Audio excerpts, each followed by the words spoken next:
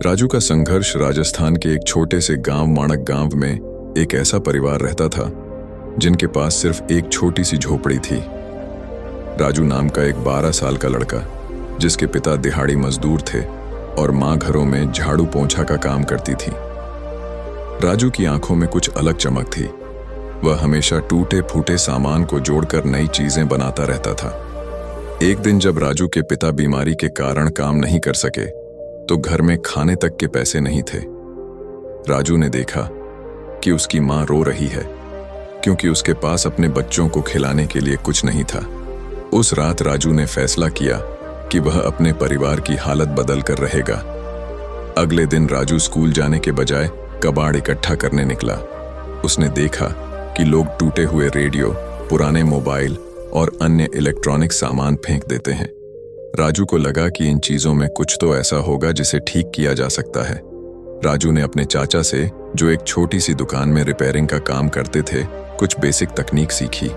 धीरे धीरे राजू ने सीखा कि कैसे पुराने रेडियो को ठीक किया जाता है, कैसे मोबाइल की छोटी मोटी खराबी दूर की जाती है। राजू दिन में कबाड़ इकट्ठा करता और रात को उसे ठीक करने की कोशिश करता। शुरुआत में कई बार असफल होता, लेकिन हार नहीं मानता था। महीनों की मेहनत के बाद राजू ने अपना पहला रेडियो ठीक किया और उसे 50 रुपए में बेचा। यह पैसे राजू के लिए खुशी से कहीं ज्यादा थे, क्योंकि यह उसकी पहली कमाई थी। लेकिन राजू यहीं नहीं रुका। उसने सोचा कि अगर वह अधिक तकनीक सीख जाए तो बेहतर काम कर सकता है। राजू ने शहर की एक लाइब्रेरी में जाकर तकनीक की किताबें पढ़नी शुरू की। चूंकि उसकी अंग्रेजी कमजोर थी, उसने पहले अंग्रेजी सीखी, फिर तकनीकी किताबें पढ़ी। राजू को पता चला कि पुराने सामान से नई चीजें बनाई जा सकती हैं। राजू ने एक अनोखी चीज की खोज की। वह पुराने टेलीविजन के पार्ट्स का उपयोग करके छोटे रेडियो बनाने लगा। यह रेडियो साधारण रेडियो से कहीं बेहतर आवाज देते थे और सस्ते भी थे।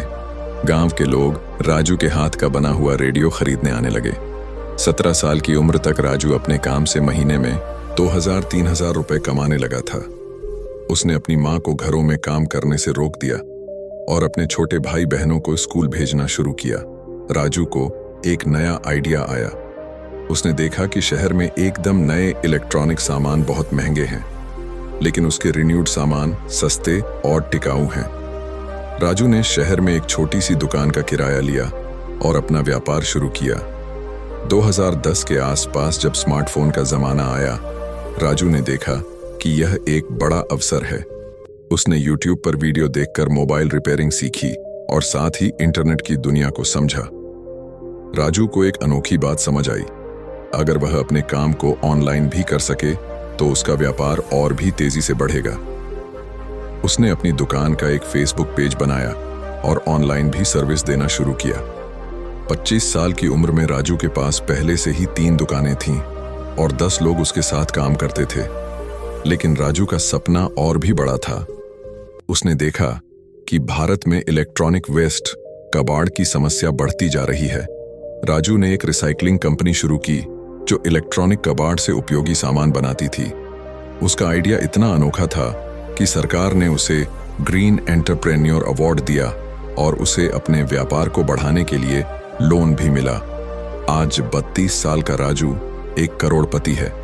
उसकी recycling company green tech solutions पूरे राजस्थान में फैली हुई है और 500 से ज्यादा लोगों को रोजगार देती है। राजू ने अपने गांव में एक स्कूल खुलवाया है जहां गरीब बच्चों को मुफ्त तकनीकी शिक्षा दी जाती है। उसका मानना है कि शिक्षा ही गरीबी से निकलने का सबसे अच्छा रास्ता है। राजू की कहानी अब एक मिसाल बन गई है।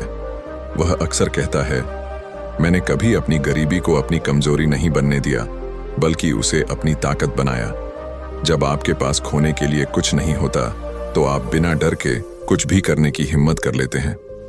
आज राजू न सिर्फ एक सफल व्यापारी है, बल्कि एक प्रेरणा स्रोत भी है, जो साबित करता है कि हार मानने और हिम्मत करने के बीच सिर्फ एक फैसले का फर्क होता है। राजू का यह सफर दिखाता है कि सफलता का कोई शॉर्टकट नहीं होता। मेहनत, लगन, नवाचार और कभी हार न मानने की भावना ही किसी भी व्यक्ति को गरीबी से अमीरी तक पहुंचा सकती है। समस्याओं को अवसर में बदलना ही सच्ची सफलता है। यही राजू की जिंदगी का मंत्र है। जो आज भी हजारों नौजवानों को प्रेरणा देता रहता है। यह कहानी दिखाती है कि कैसे एक 12 साल का गरीब लड़का अपनी मेहनत, सूझबूझ और कभी न हारने वाली सोच से एक सफल उद्यमी बन गया।